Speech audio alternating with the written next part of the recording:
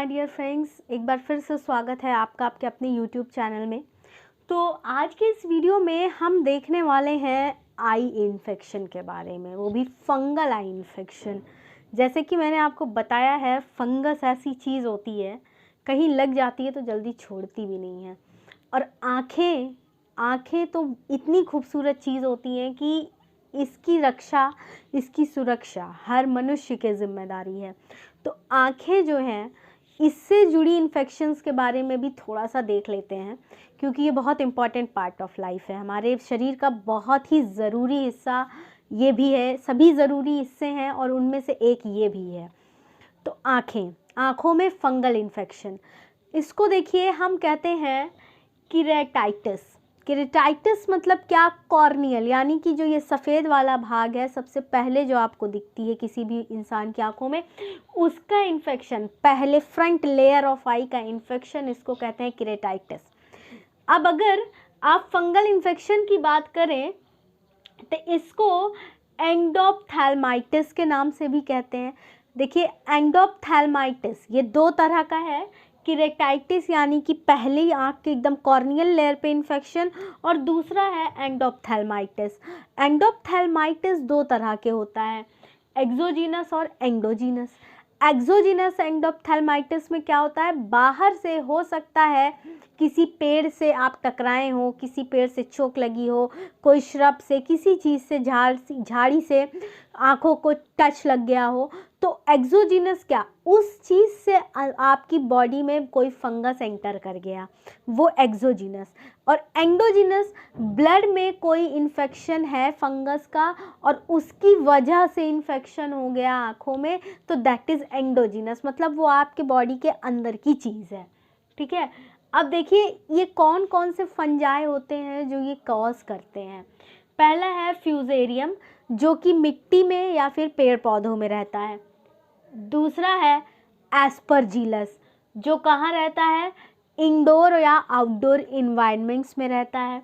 तीसरा है कैंडिडा, जो कि हमारी स्किन के सबसे ऊपरी सतह पे भी रहती है और म्यूकस मेम्ब्रेन पे भी प्रेजेंट रहती है, इसको कहते हैं, ठीक है, कैंडिडा।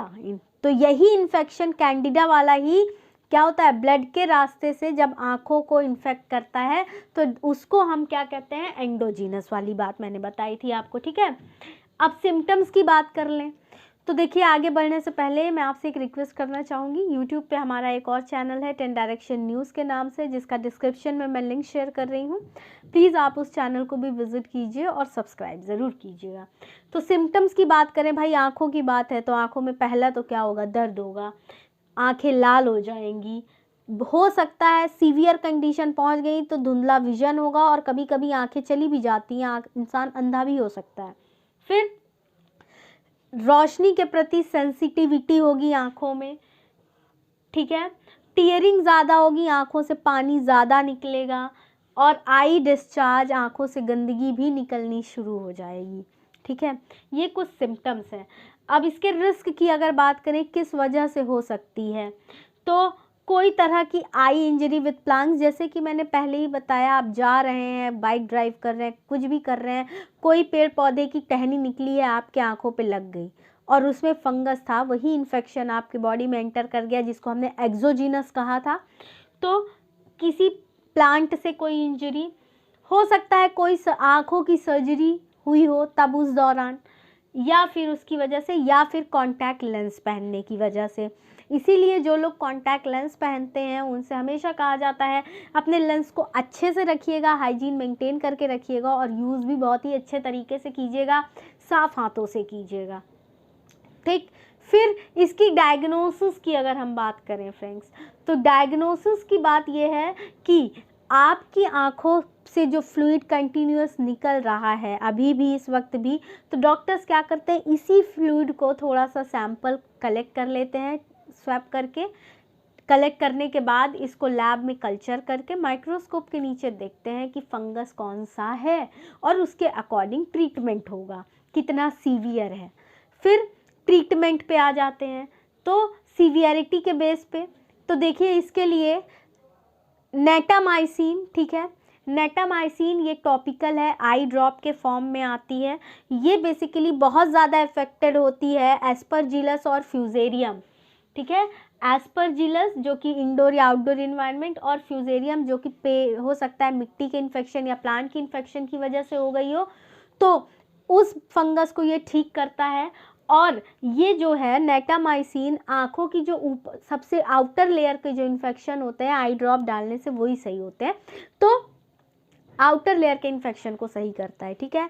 और अगर डीप में है इन्फेक्शन आँखों के अंदर, यानी कि एक्वस ह्यूमर या विट्रस ह्यूमर लेयर पे पहुंच चुका है, आँखों की कई लेयर्स होती हैं उसमें पहुंच चुका है, अंदर की तरफ पहुंच चुका है इन्फेक्शन, तो उस केस में एम्फोटेरिसिन बी, फ्लुकोनाजोल और वोरिकोनाजोल है, ठीक। फिर अगर इन सब के बाद का जो ऑप्शन आता है वो है सर्जरी। सर्जरी में क्या कर सकते हैं, वाइट्रस जेल को रिमूव कर सकते हैं, क्योंकि नमी बनी रहेगी, तो नमी बनी रहने की वजह से फंगस को ग्रो करने का चांस बहुत मिलेगा, तो विट्रस जेल को रिमूव करें, इस प्रोसेस को कहते हैं वाइट्रेक्टोमी। और एक है आँखों को ही निकाल दिया जाए, दैट इज एन्क्लुएशन, इन्यूक्लिएशन, ठीक है, आँखों को ही निकाल दिया जाए। सोचिए कितना भयानक है, आँखें निकालने तक की नौबत आ रही है, इन्यूक्लिएशन इस प्रोसेस को कहते हैं। तो दोस्तों बताने का मकसद सिर्फ इतना है कि किसी भी चीज़ को छोटा नहीं समझना चाहिए। देखिए यहाँ एक मामूली से पेड़ से लगी हुई चोट कितना भयानक रूप ले सकती है, आँखें निकालनी तक पड़ सकती हैं। तो आँखों से जुड़ी समस्याओं को कभी नज़रअंदाज ना करें। पानी ज़्यादा आ रहा है या फिर कोई गंदगी आँखों से कंटिन्यूस बाहर आ रही है, आँखें धुंधली हो रही हैं, दिख नहीं रहा है सही से कुछ भी, तो डॉक्टर से ज़रूर संपर्क करें। बिना संपर्क किए कोई भी काम आपका नहीं बनना है। तो ये आज की वीडियो का पूरा हिस्सा जो मैं आप तक पहुंचाना चाह रही थी। अगर वीडियो पसंद आई हो तो प्लीज़ चैनल को सब्सक्राइब कीजिए, और वीडियो से रिलेटेड कोई सजेशन है तो कमेंट सेक्शन में कमेंट करके मुझे ज़रूर बताइए। और हर बार मैं आपके कमेंट्स को इनकॉर्पोरेट ज़रूर करती हूँ, और जानकारी तो प्लीज़ मैं आपसे हर बार रिक्वेस्ट करती हूँ, शेयर कीजिए वीडियो, लोगों तक जानकारी बांटिए। Thank you very much.